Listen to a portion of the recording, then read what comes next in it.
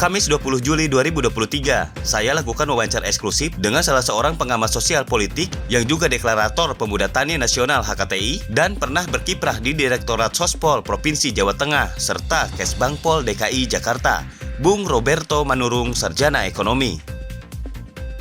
Dalam wawancara, Bung Roberto mengatakan bahwa sosok Iriana Jokowi cocok menjadi wapres. Pemirsa, simak wawancara berikut sampai habis agar tidak terjadi gagal paham. Menurut abang sendiri, siapa sih yang paling cocok, yang tepat gitu? Nanti akan saya tanya kenapa. Nah itu dia. Kalau intinya saya berpegang kepada sosok yang akan tampil ini adalah Ibu Iriana Jokowi. Nah, Iriana Jokowi secara aturan pun, undang-undang dan lain-lain mempunyai hak untuk dia duduk sebagai cawapres. Dan bila terjadi Ya, sahabat pemimpin masa depan dimanapun berada, pada sore hari ini saya bertemu dengan Bung Roberto Manurung. Bung, apa kabar Bung? baik, selamat sore. Lalu ini adalah salah satu tokoh X ya di Kesbang ya. Iya.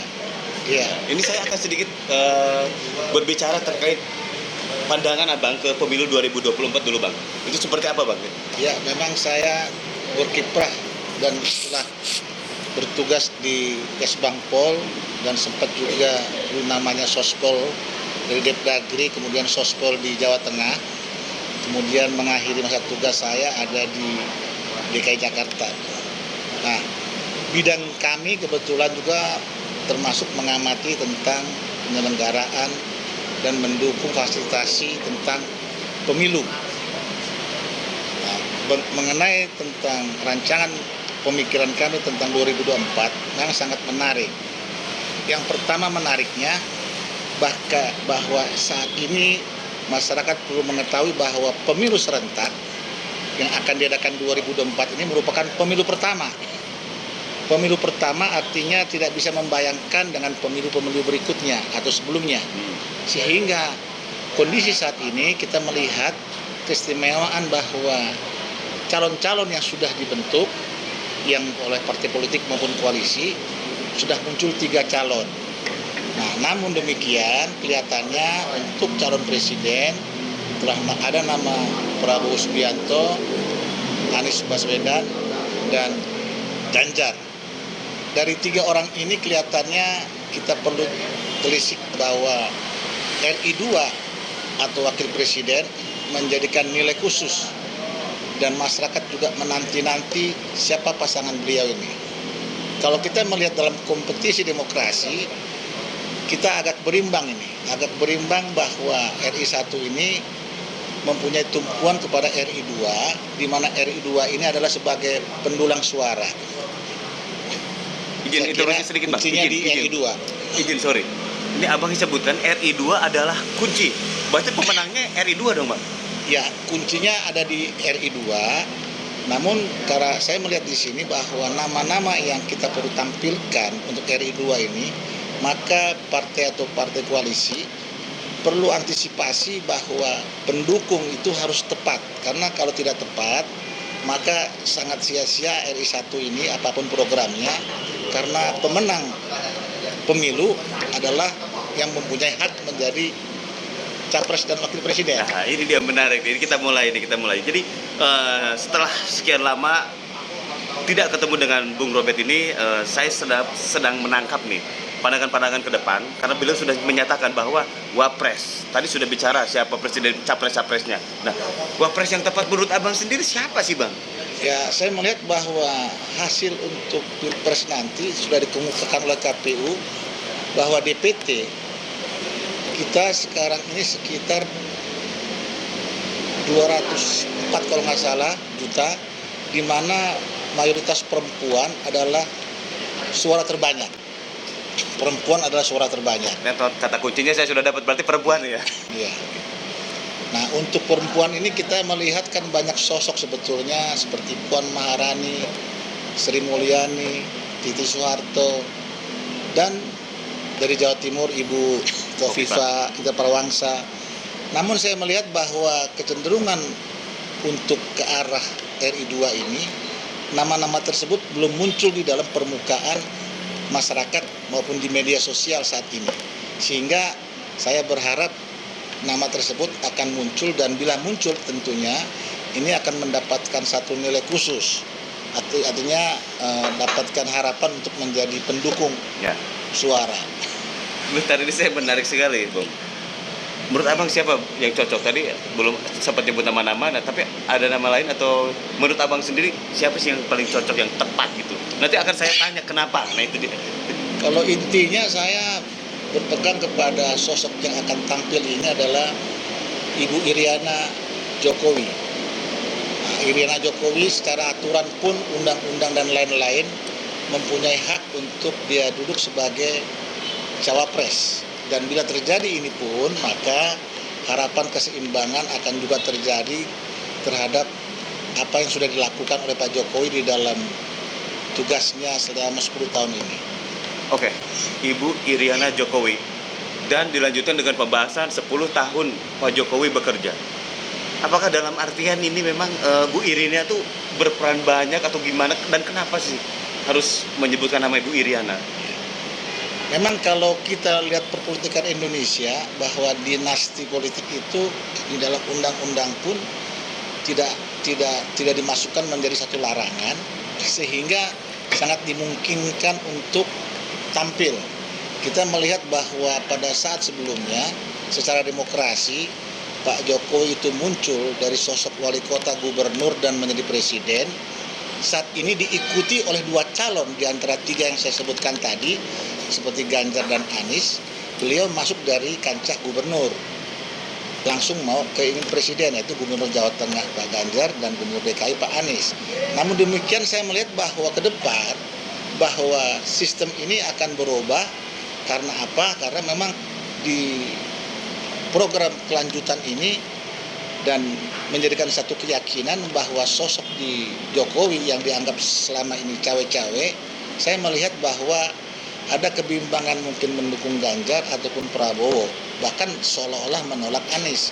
Kelihatannya tampak bahwa kehadiran Ibu Iriana lebih memungkinkan dan sebagai elektabilitas akan tinggi untuk menjadikan pendukung RI1 menjadi calon RI1, bahkan pemenang. Abang berdasar ya ini ya, udah Ya. dikaji dan udah siap nih Sudah. kalau ada pertanyaan yang mungkin wartawan atau siapapun akan bertanya langsung ke Abang. Bisa. Analisis berapa lama, Bang? Ya cukup, kurang lebih 9 bulan lah. 9 bulan.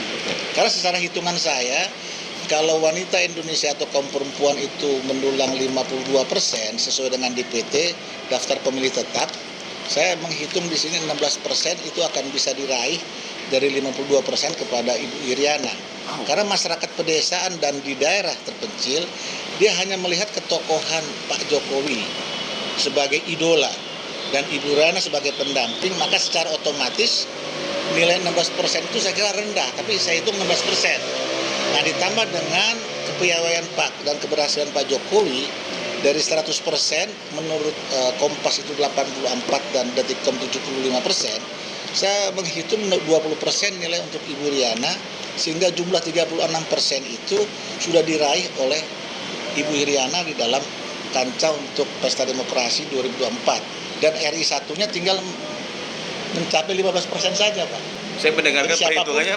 Siapapun untuk RI1, saya kira untuk pendukung Iriana ini pasti menang. itu saya sempat ngikutin hitungannya dan memang seperti itu. Oke lah, kita akan kunci di bahwa cawapres itu perempuan dan muncul satu nama, gagasan yang sangat luar biasa ini, Ibu Iriana Jokowi. Kalau Pak Jokowi saya lihat memang agak berat nih, Bang, dengan dimunculkannya isu 3 periode, isu pertambahan. Ini menyangkut dinasti Pak Jokowi ya. Iya. Oke, berarti atas dasar itu juga ya kenapa Bu Iriana harus menjadi wapres menurut Abang? Ya, melihat daripada dukungan 3 periode, isu-isu tadi dan perpanjangan, bahkan juga ada isu penggagalan pemilu, kita melihat bahwa di Koalisi Indonesia Bersatu pun sudah dilakukan untuk penjelmaan kepada dukungan yang akan datang untuk menjadikan orang Jokowi menjadi presiden. Namun kita melihat bahwa di KIP itu ada Golkar, ada PAN dan P3. Nah, kelihatannya P3 sendiri sudah melaju ke PDIP dengan harapan wakil dari mereka, kedua PAN dengan harapan Erick Thohir, dan tinggal Golkar yang menjadikan satu harapan untuk KIP ini bersatu atau tidak. Nah, berarti Golkar kemana seperti itu ya? Berarti ini Aduh, saya nggak bisa ngomong dulu di sini. Yang jelas ada sesuatu di ke depan ini yang memang ya para pemikir senior ya, salah satunya Bung Robert ini memang bagian dari menggagas Indonesia ke depan itu seperti apa dan bagaimana. Menyangkut pemilu 2024 tentunya. Nah, apalagi Bang yang sebetulnya Abang mau sampaikan ke audiens bahwasanya selain untuk Ibu Iriana, apalagi Bang? Yang kami harapkan bahwa menghadapi 2045 Indonesia emas, maka peran wanita juga atau perempuan sudah barang tentu menjadikan satu harapan, di mana pada saat Jokowi sendiri persoalan-persoalan perempuan juga menjadi satu kan dilema ya, misalnya masalah pangan, terus masalah harga pokok, bahkan juga stok seperti minyak kelapa ya kan tidak ada di pasaran. Nah, ini menjadi satu pemikiran khusus sebetulnya ke depan. Kaum perempuan ini menjadikan satu harapan menjadi pemimpin nasional, khususnya untuk sebagai pendamping. Itu jatuh pilihan saya kepada Ibu Iriana, sehingga simetrisitas antara Pak Jokowi dengan Ibu menjadi satu harapan baru untuk mengatasi masalah saat ini dan masalah ke depan, terlebih untuk menghadapi Indonesia Emas 2045 nanti. Oke, ini pertanyaan agak miring dikit nih Bang. Ini kalau misalkan tadi sudah sebutkan beberapa parpol dan parpol-parpol yang memungkinkan untuk ya menjadi pendukungnya Ibu Iriana juga ke depan, karena sampai hari ini belum KPU belum mengetok siapa capres dan cawapres, masih bisa berubah ini sebetulnya ya. Berarti kalau misalkan Bu Iriana masuk ke ring itu, terus bagaimana dengan Gibran, Kaisang, Bobi, itu dinasti banget. Iya.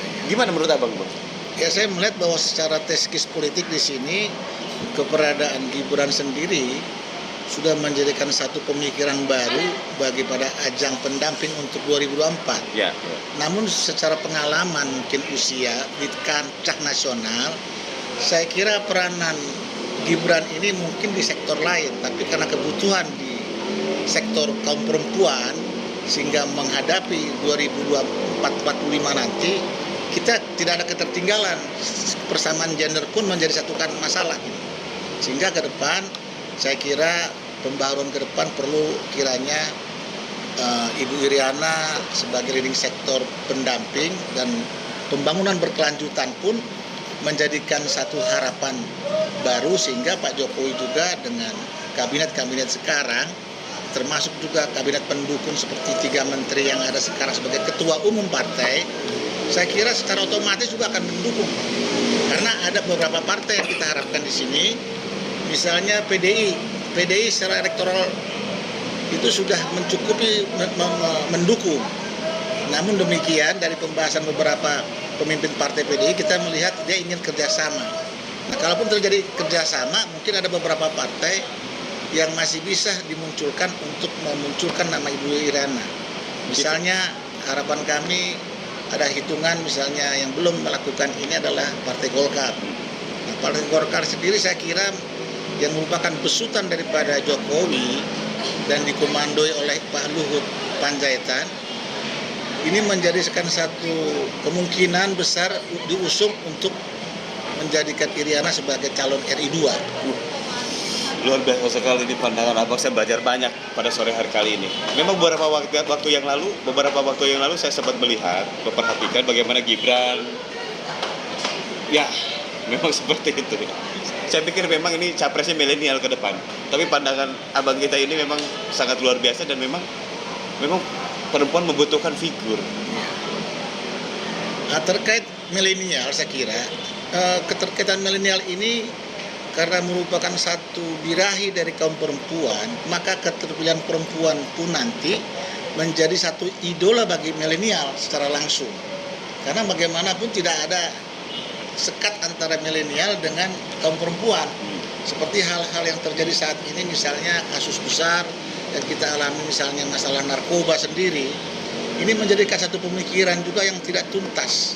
Nah, kita harapkan mungkin karena hubungan birahi itu antara milenial dan kaum perempuan menjadi satu kesatuan, maka ke depan seorang kaum perempuan pun menjadi pemimpin nasional, saya kira menjadi satu dukungan bagi kaum milenial untuk pemilu 2024. Oke, Bung. Tidak harus milenialnya saja. Oke, ya sudah kan? terjawab. Terima kasih banyak atas waktunya, Bu. Oke, sama-sama. Mungkin nanti ke depan saya akan buka ruang diskusi kebangsaan karena saya menunggu juga caleg-caleg ini DCT. Iya. Nah, baru nanti kita akan ketemu di sebuah forum. Nah, pandangan-pandangan seperti Bang Robert ini yang kami butuhkan sebagai generasi penerus bangsa Indonesia. Bang, terima kasih banyak atas Oke, sama-sama. Terima kasih, Mas.